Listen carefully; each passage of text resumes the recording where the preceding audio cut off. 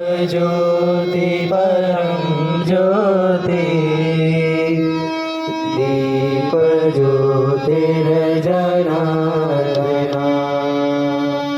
दीपो हरतु मे पापं दीप ज्योतिर्नमोस्तुते ज्योतिर्नमोस्तुते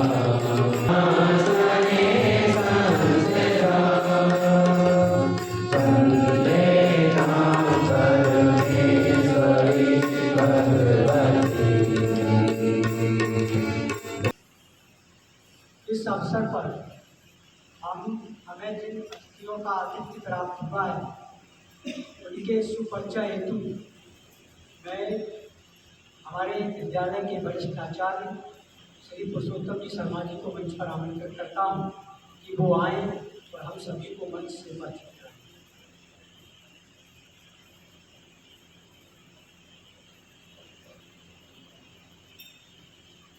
सर्वप्रथम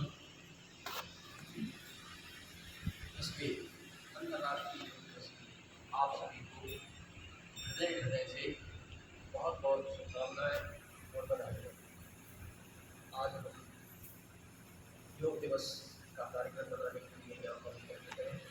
हमारे बंधुजन, हमारे अग्रज, हमारे आज के इस कार्यक्रम के अतिथि मंच पर विराजमान हैं, उनका परिचय बनाने हैं। मंच में विराजमान है आज के मुख्य अतिथि आदरणीय सम्माननीय श्री पवन जी शर्मा। आप सरस्वती विद्यापीठ आवासीय विद्यालय के आपका इस अवसर पर हार्दिक स्वागत करना। साथ में बाईं ओर विराजमान है सम्माननीय श्री मनीष जी वाजपेयी। आप मध्य भारत प्रांत के शारीरिक प्रमुख के रूप में, प्रांतीय शारीरिक प्रमुख के रूप में क्षेत्रीय शारीरिक प्रमुख के रूप में हम सबका मार्गदर्शन करते हैं। आपका भी इस समय हार्दिक स्वागत अभिनंदन करता हूँ। साथ में दाईं तरफ विराजमान है श्री दिनेश जी अग्रवाल। आप सरस्वती विद्यापीठ आवासीय विद्यालय के आचार्य के रूप में हम सबका मार्गदर्शन करते हैं। आपका भी हृदय से हार्दिक स्वागत महानुभावों को मंच पर आमंत्रित करता हूँ कि वो आए और अतिथियों के ललाट पर तिलक व चंदन लगाएं। जित ध्वनि मंगलम स्वागतम स्वागतम स्वागतम स्वागतम सारिगा मग मगरे सारे गर सा कैसा पावन सुहावन समय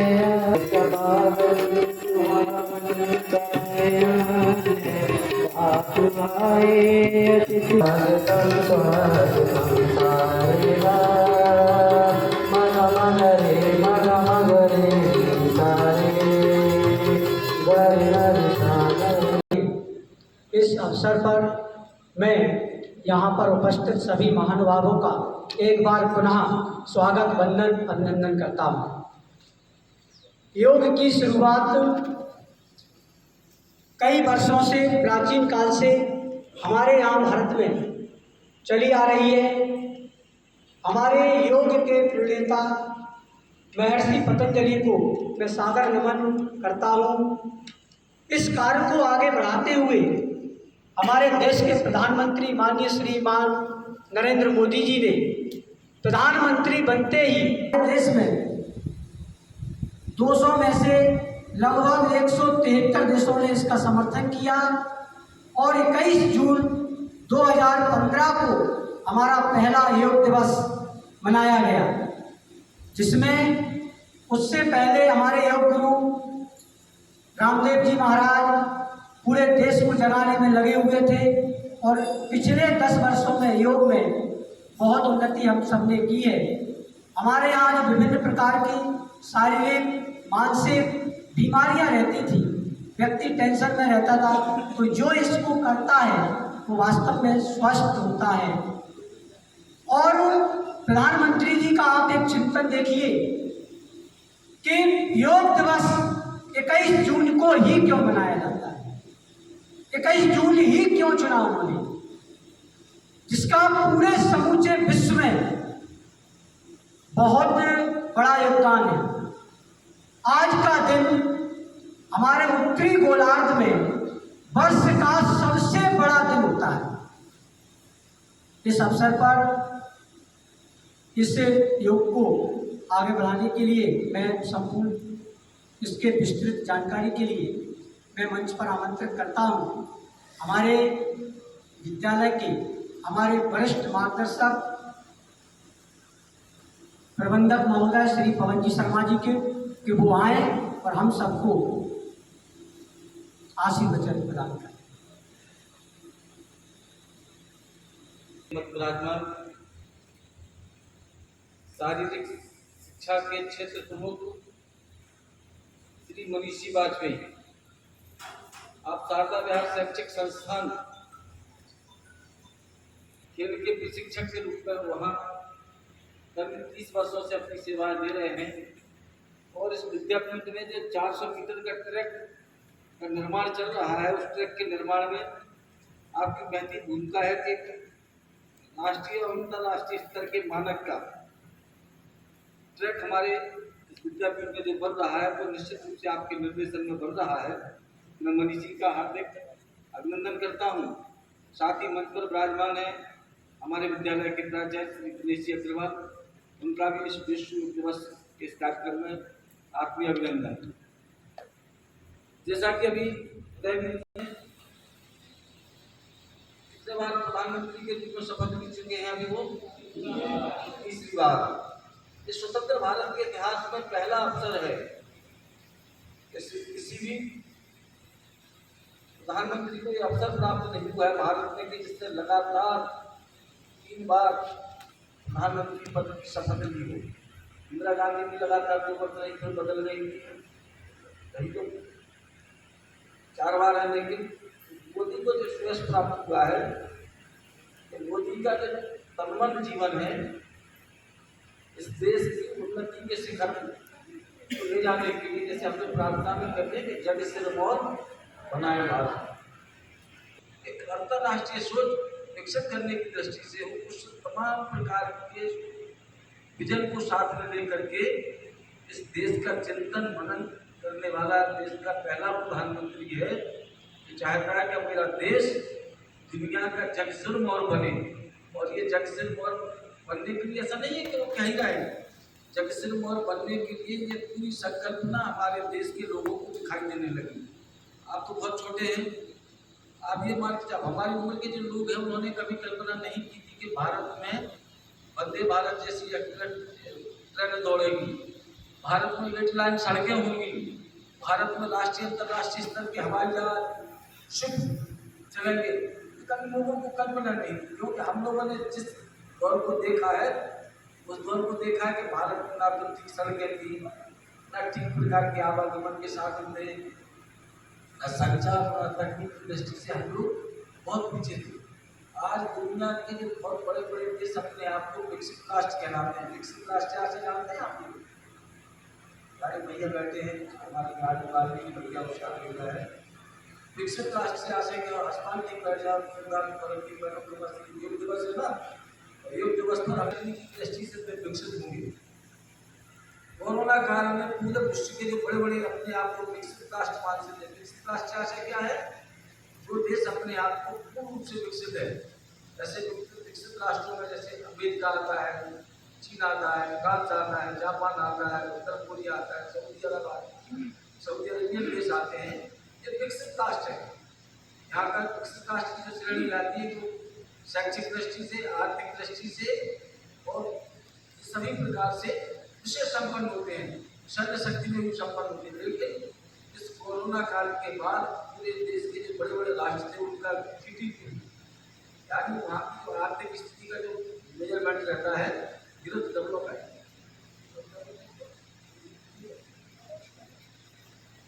क्या बोलते हैं जीडीपी के लिए, क्या बोलते हैं, यानी आर्थिक दृष्टि का जो ग्रॉस डोमेस्टिक प्रोडक्ट, सकल घरेलू उत्पाद, सकल घरेलू उत्पाद जो रहता है वो गिर गया था। हमारे भारत में इसके पहले 4.3 था और आज भारत में 60% से ऊपर हमारा सकल घरेलू उत्पाद बढ़ चुका है, उसको हम जीडीपी कहते हैं। तो हमारे देश की आर्थिक से बहुत बड़ी उन्नति है। आपने देखा होगा रूस यूक्रेन युद्ध चल रहा है, इधर इजराइल में और सीरिया में युद्ध चल रहा है, लेकिन हमारा देश प्रभावित हुआ क्या? अनेक देशों में डीजल पेट्रोल के दाम बढ़ गए, खाने को अनाज नहीं है, लेकिन हमारे देश में आने वाले 20 वर्षों तक के लिए अगर आज से अगर 20 वर्ष तक भी अगर सूखा पड़ेगी तो 20 वर्ष तक के हमारे देश को पालने के लिए, हमारे देश के जनमानस को पालने के लिए हमारे देश में अन्न के भंडारण ये हमारे देश की आर्थिक स्थिति का जो भाग जिसको जाता है श्रेय हमारे देश की सरकार को, हमारे देश के पालना है। इसलिए हमको विचार करना चाहिए कि इस दौर में हमारी क्या भूमिका है। जब देश के सभी क्षेत्रों का विकास हो रहा है तो इस देश के क्षेत्र विकास करने में महत्वपूर्ण भूमिका किसकी होती है? वहाँ रहने वाले नागरिकों की। वहाँ तो आज आप विद्यार्थी हैं, कल कुछ देश के आप क्या बनेंगे, क्या बनेंगे, नागरिक बनेंगे ना। भैया जो 12वीं पास करके 1 वर्ष बाद उनको मताधिकार का उपयोग मिल जाएगा, यानी उनको देश की लोकतंत्रीय शासन प्रणाली में अपना मत देने का अधिकार प्राप्त हो जाएगा 18 वर्ष की आयु में। तो हमारी इस परिस्थिति में क्या भूमिका है, कितना विद्यार्थी है, विद्यार्थी के होने के नाते हमारा मूल काम क्या है, मूल काम क्या है विद्यार्थी का, बोल से बोलिए, विद्यार्थी की भैया ने बोला सब बताइए अपना मूल काम क्या है, पढ़ाई करना या अध्ययन करना। और अच्छी अपना अध्ययन करेंगे आप अच्छे देश के नागरिक बनेंगे, अच्छे देश के प्रधानमंत्री बनेंगे, अच्छे देश के राष्ट्रपति बनेंगे, अच्छे देश के इस देश का कलेक्टर बनेंगे, इस देश के IAS बनेंगे, इस देश का IPS बनेंगे, इस देश के अच्छे वैज्ञानिक बनेंगे, इस देश के अच्छे नागरिक। जी अब्दुल कलाम क्या कहते थे कि हमारे देश के युवाओं को, हमारे देश के विद्यार्थियों को सपने बड़े देखना चाहिए। अगर वो सपने बड़े देखेगा ना तो सोचेगा कि मुझे देश का प्रधानमंत्री बनना है। देश का प्रधानमंत्री बन सकता है, ऐसा नहीं कि प्रधानमंत्री की कोई 4 हाथ होते हो या उसकी 4 आंखें 8 आंखें होती हो, कि आप जैसे उसके 2 हाथ में 2 पैर हैं, वाक़ई हैं। आप लोग भी इस देश के अच्छे नागरिक बन करके इस देश में आपकी क्या भूमिका होनी चाहिए, वो आपको विचार करना का दिन है आज। जैसे योग दिवस के बारे में बताया कि योग हमारे ऋषि पतंजलि ने, जैसे मैंने बताया कि वहाँ ऋषि पतंजलि ने योग के प्रणेता है। और लग रहा है कि मुझे लगता है आप लोगों का बढ़ावा आ गया है। अन्नमय कोश यानी हमारी शारीरिक शिक्षा जो आप लोग सुबह करते हैं, जिससे हमारा शरीर बलवान होता है और बलवान होने के साथ साथ शरीर अष्टपुष्ट होता है। और जिनका शरीर अष्टपुष्ट होगा तो कभी कोई बीमारी आएगी क्या? बीमारी किनको आती है? आलसी रहते हैं, जिस समय से उठते नहीं है, समय से सोते नहीं है, समय से खाते नहीं है, समय से उनकी कोई दिनचर्या नहीं है। इसलिए अपने शरीर को बलवान करने के लिए शारीर की हमारे मनीषी बहुत अच्छे दिख रहे हैं, आपका शरीर भी है, आप अच्छे जिम के अच्छे वो भी हैं, जिम करने वाले हैं, उनका शरीर आप लोगों की प्रेरणा देना चाहिए। और शारीरिक के व्यक्ति का शरीर सुडौल मजबूत होना चाहिए, क्यों होना चाहिए? उस शक्ति का उपयोग हमें अपने शरीर के विकास के साथ साथ बुद्धि के विकास में लगाना है। अगर जिसका शरीर कमजोर होगा ना, तो व्यक्ति पढ़ने में भी कमजोर होगा। करेंगे तो दूर दिखाई और सारे पौष्टिक आहार हो जाएंगे, तो हमारे शरीर को मजबूती प्रदान करेंगे। और दूसरा आता है प्राणमय कोश। प्राणमय कोश के विकास के लिए योग शिक्षा है। तो आज विश्व योग दिवस मनाया जा रहा है, वो हमारी प्राण नियम धारणा आसन समाधि 8 नियमों का पालन आपको नहीं करना, आपको सहजता में योग की वो क्रियाएं करना है कि योगा कर्मेशु कौशलम। योग माने व्यक्ति को जोड़ना।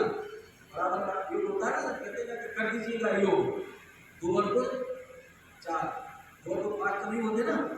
इसी प्रकार से योगा कर्मेशु कौशलम, यानी योग करने वाला व्यक्ति किसी भी काम को करेगा, चाहे वो विद्याध्ययन करेगा, व्यवसाय करेगा, किसी प्रकार की तकनीकी कार्य करता है, उसकी एक सफलता का वहाँ पर ये रहता है। योग करने वाला व्यक्ति कभी भी अपने जीवन में धोखा नहीं खाएगा, कभी भी अपने जीवन की तरफ पीछे नहीं पड़ेगा। इसलिए हमको छोटी मोटी जो क्रियाएं योग में हम क्या कर सकते हैं, गुरु से भैया ने क्या बताया आपने क्या के लिए योग में कुछ आसन, आसनों के माध्यम से अपने शरीर की फ्लेक्सिबिलिटी और लचीलापन कैसे होना चाहिए, शरीर में लोच होना चाहिए, लचीला होना। तो लचीला रहता है तो वो व्यक्ति काफी लंबे समय तक इसके शरीर के लिए बीमारियों से दूर रहता है। आपने सूखी लकड़ी देखी है ना, सूखी लकड़ी में लचीलापन होता है क्या? बहुत जल्दी सूख करके वो क्या हो जाता है, अपना अस्तित्व समाप्त कर देता है। और जो पेड़ पौधे लचीले होते हैं, जिनकी जड़ियों में जान है, शरीर में जान है, काफी लंबे समय तक जीवन स्वस्थ, निरोगी और दीर्घायु रहता है। तो हमारे शरीर को फ्लेक्सिबिलिटी बनाने में भी अपने लिए आसन करना चाहिए। प्राणायाम रहता है, इसमें अनुलोम विलोम है, कपालभाति है, भस्त्रिका है, अनुलोम हमारा भ्रामरी है। इस प्रकार के कुछ प्राणायाम है वो विद्यार्थियों के लिए करना चाहिए, जिससे हमारे शरीर की जो प्राणवायु मजबूत होगी। जब प्राणवायु मजबूत होगी तो हमारे शरीर की जो ज्ञानेंद्रियां है, ज्ञानेंद्रियां कौन कौन सी हैं? ज्ञानेंद्रियां बताइए भाई, कोई भैया?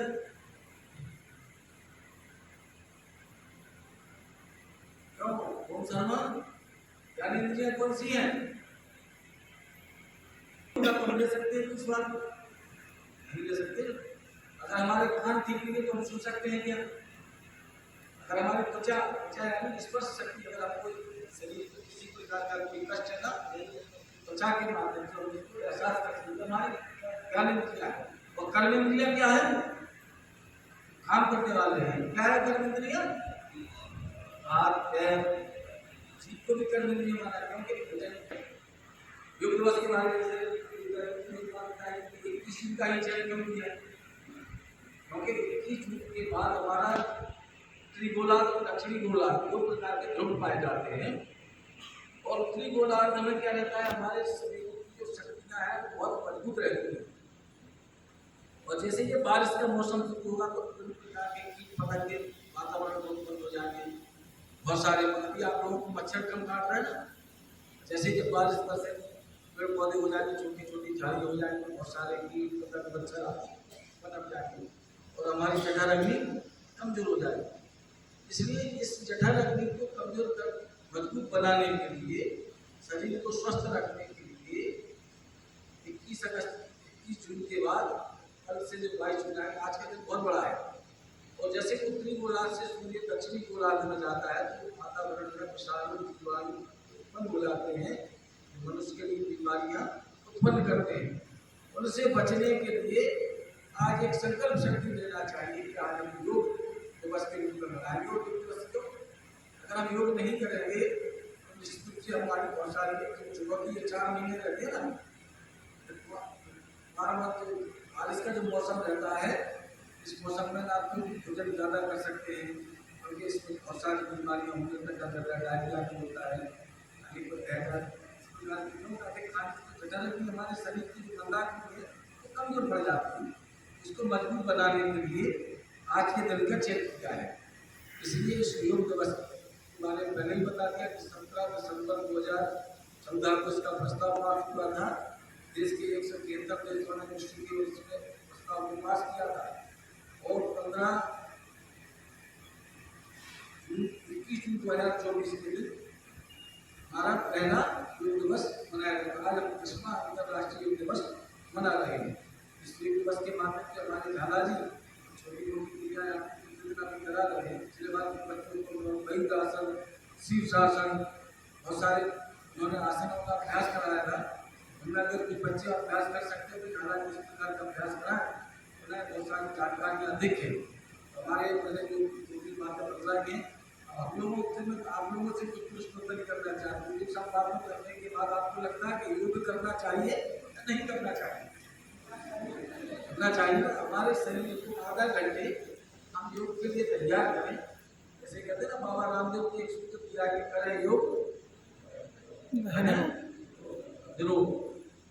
योग करने वाला व्यक्ति कभी भी रोगी नहीं हो सकता है। कहावत भी कहते हमारे घर में, हमारे बुंदेलखंड में, हमारे क्षेत्र में ये पहला सुख रोगी गाया और पूजा सुख घर में माया। क्योंकि कोरोना काल में कोई व्यक्ति जिंदा रहा है जिसने योग को अपनाया था। सभागार में उपस्थित सम्माननीय आचार्य बिंदु भक्ति प्यारे भैया बहन, उन्हें आपको योग दिवस की बहुत बहुत ढेर सारी शुभकामनाएं। धन्यवाद।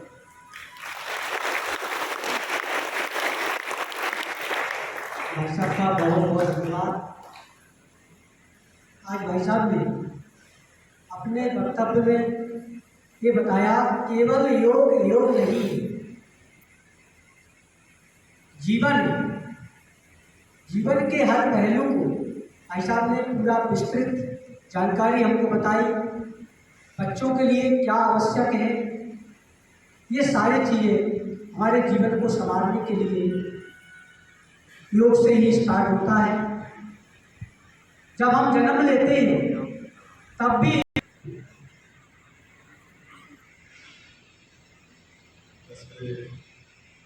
अंतर्राष्ट्रीय योग दिवस पर इस सभागार में उपस्थित आदरणीय श्री मनीष क्षेत्रीय शारीरिक हमारे सरस्वती विद्या प्रतिष्ठान के विद्यालय के आदरणीय प्रबंधक जी, श्री पवन शर्मा जी,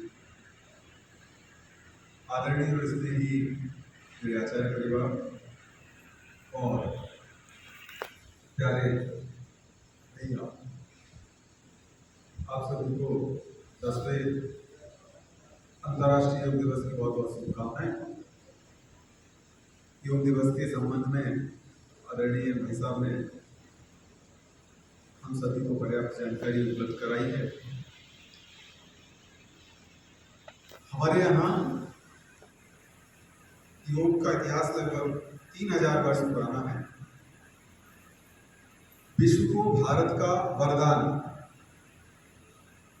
योग का ज्ञान, आज सारा विश्व हमारे योग को, बल्कि हमारे सारे वेद विज्ञान में क्या क्या आता है, योग, आयुर्वेद, ज्योतिष, वास्तु, सबको आज पाश्चात्य मान रहा है और कर रहा है। योग के बारे में बहुत संक्षेप में यदि हम बताएं तो योग हमारी जीवन पद्धति है। महर्षि पतंजलि इसके प्रणेता हैं। महर्षि पतंजलि के अनुसार योग के 8 अंग होते हैं। जब वो 8 अंग हमारे जीवन में अवतरित हो जाते हैं, आ जाते हैं, तब हम बोलते हैं कि हम योग से जुड़ गए। इन 8 अंगों को यदि उसी वैदिक भाषा में समझाया जाए तो थोड़ा कठिन हो जाएगा, क्योंकि तो वेदों ने भी लेती लेती कह के इसे छोड़ दिया। लेकिन हम सामान्य जनों के लिए और आप भैयाओं के लिए यदि ये बहुत संक्षिप्त में समझें, बहुत सरल भाषा में यदि समझें तो 8 अंग होते हैं: यम, नियम, प्रत्याहार, आसन, प्राणायाम, धारणा, ध्यान और समाधि। यम क्या है? यम से पहले नियम को समझें। हमें किसी भी क्षेत्र में, जीवन के किसी विभाग में कहीं भी यदि सफलता लेनी है, ऊंचे स्थान पर पहुंचना है, तो कुछ नियमों का पालन करना जरूरी होता है। घर में भी कुछ नियम होते हैं, विद्यालय के भी कुछ नियम है, समाज के भी कुछ नियम है। यदि उनको हम मानेंगे, और वो कौन मान पाएगा? जिसे स्वयं का अनुशासन होगा, सेल्फ डिसिप्लिन जिस पर होगा। यम 5 हैं: सत्य, अहिंसा, अपरिग्रह, अस्तेय। तो इसका जो पहला चरण है, सबसे पहली सीढ़ी क्या हुई होगी? यम। और यम की पहली सीढ़ी क्या? सत्य। यदि जीवन में हमारे सत्य है, सत्य क्या होता है? जो हम सोच रहे हैं वही हम बोल रहे हैं, जो हम बोल रहे हैं वही हम कर रहे हैं। इसको बोलते हैं मन, वचन, कर्म से। क्योंकि जब हम ऐसा नहीं कर पाते, हम सोच कुछ रहे हैं, बोल कुछ रहे हैं, कर कुछ रहे हैं, तो नर्वस सिस्टम हमारा, स्नायु संस्थान गड़बड़ा जाता है और वहीं से कई विकार आना शुरू हो जाते हैं शारीरिक, मानसिक। अहिंसा, मोटे तौर पे अहिंसा माना जाता है कि जीव हत्या नहीं, लेकिन हमारे भारतीय संस्कृति में जो अहिंसा है उसका इतना विस्तृत अर्थ है कि यदि हमने किसी का अहित का चिंतन भी कर दिया, किसी का अहित सोच भी दिया, तो वो क्या हो गया? हिंसा हो। तो सत्य और अहिंसा, यदि ये दो चीजों को हम अपने जीवन में पालन करें तो बहुत सी चीजें हमारी एक लाइन में आ जाएंगी, बहुत व्यवस्थित हो जाएगी। ऐसा यदि करते हैं तो फिर आता है प्रत्याहार, आहार संबंधी शुद्धि, जो कि आजकल वर्तमान में बहुत बिगड़ गया है। हमारे यहाँ दिनों के हिसाब से, वारों के हिसाब से, महीनों के हिसाब से, ऋतुओं के हिसाब से भोजन चर्या हुआ करती थी, वो सब गड़बड़ा गई। और आगे बढ़ते हैं, जब इतना हो जाएगा, यह नियम, प्रत्याहार, उसके बाद फिर आता है आसन, जिसको आजकल वर्तमान में इसी को योग मान लिया गया। आसन से शारीरिक, जो शरीर संबंधी अशुद्धियां हैं, रोग दोष दूर होते हैं। जितने भी इस धरती पे जीव जंतु हैं, उन सब के हिसाब से योगों की संख्या हुआ करती थी, जो वर्तमान में कम होते होते, और आज केवल यदि हम एक सूर्य नमस्कार को कर लें तो उसमें सारे आसनों का समावेश हो जाता है। तो जब शारीरिक रूप से आसनों से शुद्धि हो जाती है, उसके बाद आता है प्राणायाम। प्राणायाम प्राण तत्व का विस्तार। प्राण क्या है? प्राणवायु क्या है? ऑक्सीजन। तो प्राणायाम से प्राण तत्व का विस्तार। प्राणायाम के भी कई प्रकार हैं जो आप लोग करते भी हैं। तो प्राणायाम, इससे क्या होगी? श्वास संबंधी अशुद्धि हमारी दूर होगी। और फिर से आता है धारणा। इतना सारे स्ट्रेस पूरे करते करते हम इस स्थिति में आ जाते हैं कि हमारी संकल्प शक्ति, विल पावर इतनी स्ट्रांग हो जाती है कि हम जो चाहें सो कर सकते हैं। ये धारणा, ये सामान्य भाषा में आपको समझा रहे हैं। उसके बाद आता है ध्यान, जो योग की पराकाष्ठा है, परम सीमा है। ध्यान, मेडिटेशन। हमारे भारतीय जीवन में सबसे पहले क्या होता है? स्नान ध्यान हो गया, मतलब ध्यान, स्नान के बाद ध्यान बहुत जरूरी है। और हम विद्यार्थियों के लिए, शिक्षक समुदाय के लिए ध्यान के इतने अगणित प्रभाव हैं, शारीरिक, मानसिक, बौद्धिक। विदेशों में रिसर्च हुई है, हमारी हर चीज को विदेशी बोलते हैं कि भारत में ऐसा हुआ है तो होगा, हम लोग नहीं मानते, उस पर रिसर्च करते हैं। तो ध्यान पे जो मोटे मोटे रिसर्च आए हैं वो ये है कि यदि हम केवल 20 मिनट ध्यान, मेडिटेशन करते हैं, इसके भी कई प्रकार उपलब्ध हैं, तो केवल 20 मिनट के ध्यान से जो रात को 7-8 घंटे की नींद हम लेते हैं, उससे 16% ज्यादा विश्राम हमें 20 मिनट के ध्यान में मिलता है। एक तरफ 7-8 घंटे की नींद और एक तरफ केवल 20 मिनट का ध्यान, कौन सा ज्यादा लाभदायक होगा?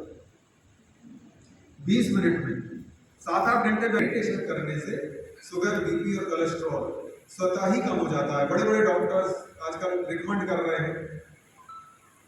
और यदि तीनों चीजें हो जाती है तो फिर क्या होता है?